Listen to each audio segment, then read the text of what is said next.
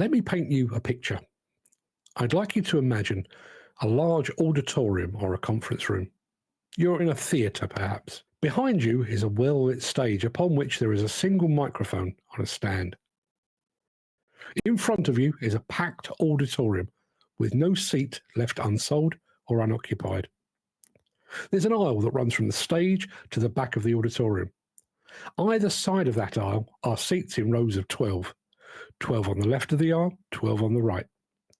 In total, there are 20 rows leading to the back of the auditorium. Now imagine that the front 2 rows on both sides of that aisle are dead. 48 people, men and women, dead in their seats. That is an underrepresentation of the number of people killed in site accidents, in demolition and construction in 2023 and 2024. Shocking, right? Now, I'd like you to imagine that it's not just the front 2 rows that are dead. It is, in fact, the entire auditorium. 20 rows of 12 seats to the left, 20 rows of 12 seats to the right. All of them dead. That is an underrepresentation of construction workers that died by suicide in a single year, according to the latest set of figures. It's more than 500 people. Can you imagine that? Shocking. I'd like you to use your imagination one more time. I'd like you to imagine that this auditorium filled with dead people is not a standalone building. It's part of a conference centre. There are 9 more auditoriums exactly the same as this one. Each contains 20 rows of 12 seats to the left of the aisle, 20 rows of 12 seats to the right. And every single occupant of a seat in all 10 conference rooms is also dead. That is an underrepresentation of the number of people killed each year by exposure to asbestos.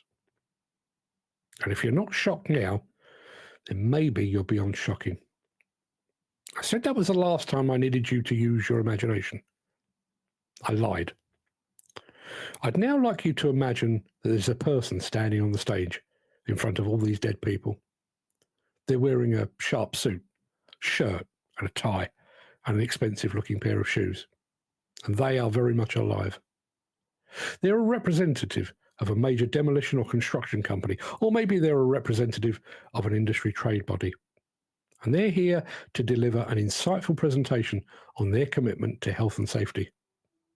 They have a PowerPoint presentation that explains the multitude of campaigns and initiatives they've implemented to make their sites, their company, and their industry safer for everyone. You can tell this is a speech they've delivered dozens of times because although he's carrying sheaths of paper, he never once consults his notes.